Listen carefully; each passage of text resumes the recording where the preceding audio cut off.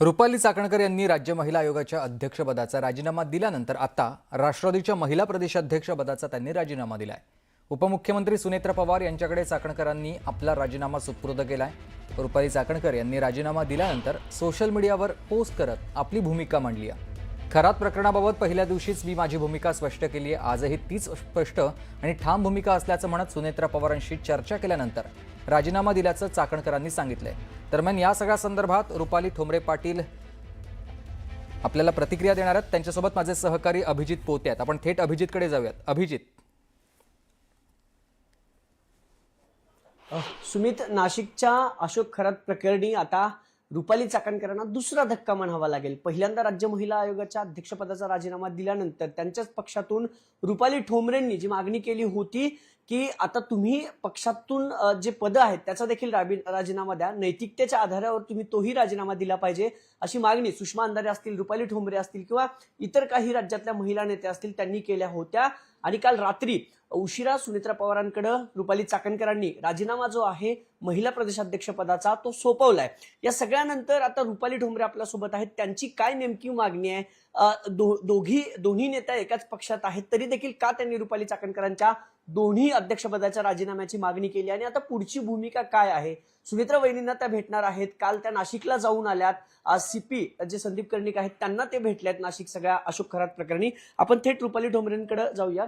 ताई, काय भूमिका आहे आता तुमच्या? ज्या दोन मुख्य मागण्या होत्या खरं तर, पहिलं म्हणजे राज्य महिला आयोग अध्यक्षपदाचा रुपाली चाकणकरांनी राजीनामा द्यावा, तो दिला।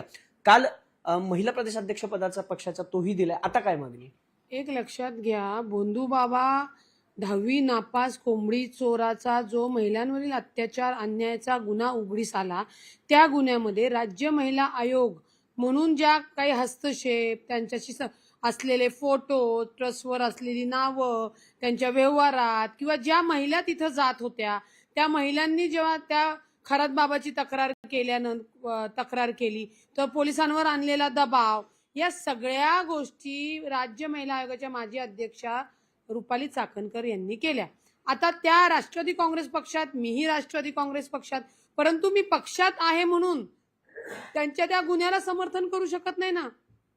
त्यांनी केलेली कृती, त्यांनी केलेला गुन्हा हा राष्ट्रवादी काँग्रेस पक्षाशी काही संबंधित नव्हता, कुठेही त्याचा ताळमेळ नव्हता।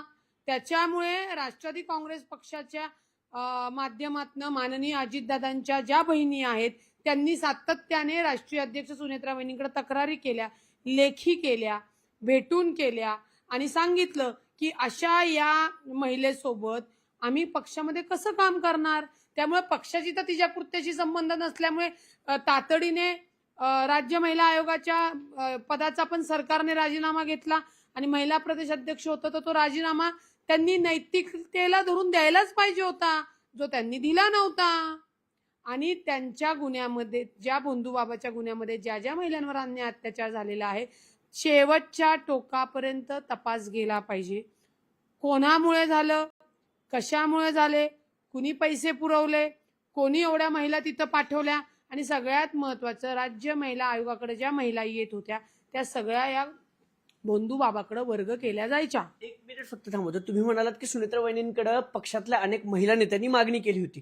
आम्हाला मागणी करताना फक्त रुपाली ठोंबरे दिसल्या। जुना जो वाद आहे किंवा जुना जो तुमचा अंतर्गत वाद आहे त्यामुळे तुम्ही ही सगळी मागणी करत होतात? जुना जो अंतर्गत वाद आहे तो काय आहे, संवैधानिक पदावर एक व्यक्ती एक पद द्यावं पक्षामध्ये, ही मागणी होती। याच्या व्यतिरिक्त त्यांचा म्हणजे चाकणकराचा आणि ऍडव्होकेट रुपाली पाटील ठोंबरेचा काय वाद आहे? त्या एका मतदारसंघात येते का? नाही। त्या एकच पद आहे का की ज्याच्यासाठी आम्हाला मागणी करायची आहे? तर नाही। पक्षामध्ये अनेक पद आहेत, अनेक महिला आहेत। त्या महिलांना माननीय अजितदादांकडे मी तेव्हा विनंती केली की इतर महिलांना माझ्यासह तुम्ही ती संधी देणं गरजेचं आहे। त्या जर राज्य महिला आयोगावर संविधानिक पदावर आहे, प्रदेशाध्यक्षपद पक्षातील सक्षम काम करणाऱ्या, संघटित सगळ्यांना एकत्र घेऊन जाणाऱ्या महिलेला तुम्ही संधी दिली पाहिजे, एवढाच विषय होता। याच्या पलीकडे चाकणकरांचा वाद नव्हता, परंतु चाकणकरांनी तो एवढा नेत्यांना हाताला धरून पक्षामध्ये दुफळी निर्माण केली, चांगल्या चांगल्या महिलांची पदं काढली।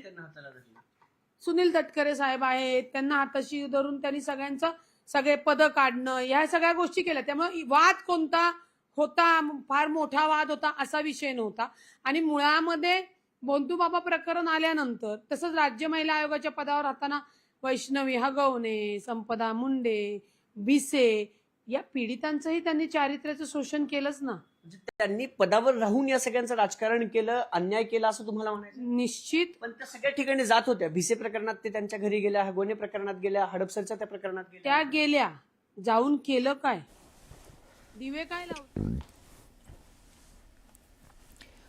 इथे घेतोय एक छोटासा ब्रेक.